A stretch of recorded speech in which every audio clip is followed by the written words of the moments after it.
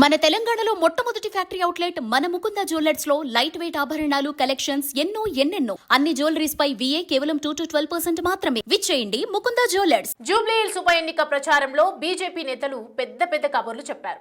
BRS Congress విధానాలతో విసిగిపోయిన ప్రజలు బీజేపీకి పట్టం కట్టబోతున్నారని ప్రచారం చేసుకున్నారు. అంతేనా, బైపోల్స్ పోటీని మొలతాడు లేనోళ్లకు మొలతాడు ఉన్నోళ్లకు మధ్య పోటీగా అభివర్ణించారు. 1,00,000 ఓట్లు ఉన్న తురుకోళ్లకే అంత ఉంటే 3 లక్షల ఓట్లు ఉన్న హిందువులకు ఎంత ఉండాలని హిందువులంతా ఏకమై తమకే పట్టం కడతారని చెప్పుకున్నారు. అయితే బీజేపీ 3వ స్థానానికి పడిపోతోందన్న ప్రచారంతో పార్టీ నేతలు మెజారిటీ ఊసెత్తటానికే భయపడుతున్నారంట. ఇప్పుడు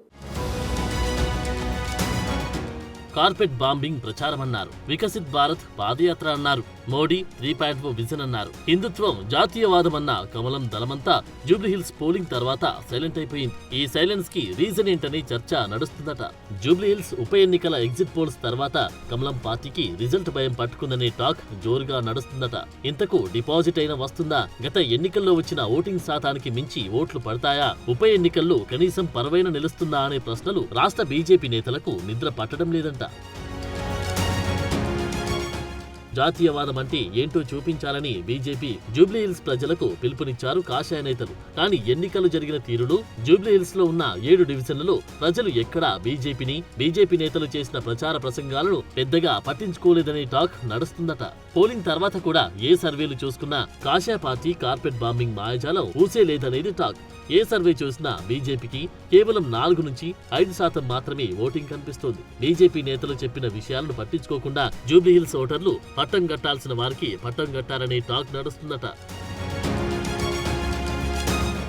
జూబ్లీహిల్స్ లో ఏ గల్లీ చూసినా ఏ డివిజన్ లో అడిగినా కాంగ్రెస్ దే విజయమన్న టాక్ వినిపిస్తోంది. హస్తం నేతల్లో విజయంపై ప్రగాఢమైన విశ్వాసం కనిపిస్తుండటంతో కాషాయ పార్టీలో నేతలకు భయం పట్టుకుందట. కనీసం పరువైన నిలబడుతుందా అన్న అయోమయంలో పడ్డారట బీజేపీ నేతలు. అభ్యర్థి ఎంపిక నుంచి ప్రచారం, పోలింగ్ వరకు కీలక నేతలతో పాటు క్యాడర్ తో నానా తంటాలు పడ్డ రాష్ట్ర కమలం పార్టీ రిజల్ట్ ఎలా ఉంటుందని సందేహంలో పడిందట.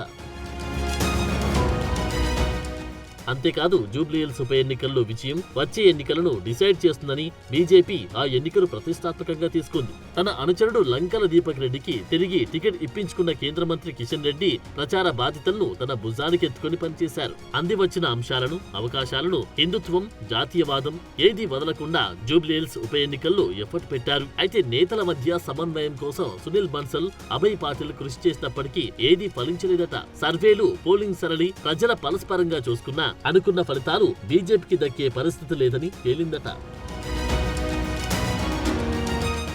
హిందువులు ఏకం కావాలి.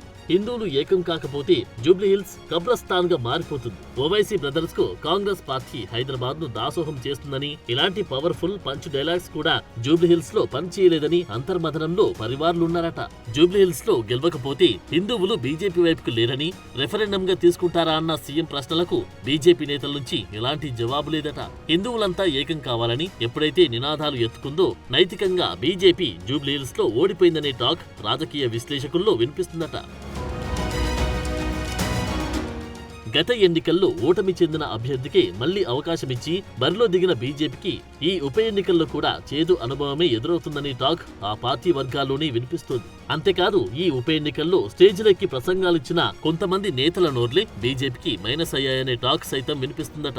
బీఆర్ఎస్ 10 ఏళ్ల అవినీతి పాలన, కాంగ్రెస్ 2 ఏళ్ల ఫెయిల్యూర్ పాలనను చూశారు. బీజేపీకి అవకాశం ఇవ్వండి అన్న బలమైన నినాదమిచ్చిన జూబ్లీహిల్స్ ఓటర్లు పట్టించుకోలేదంటున్నారు. మరి చూడాలి బీజేపీ ఫేట్ ఎలా ఉండబోతుందో.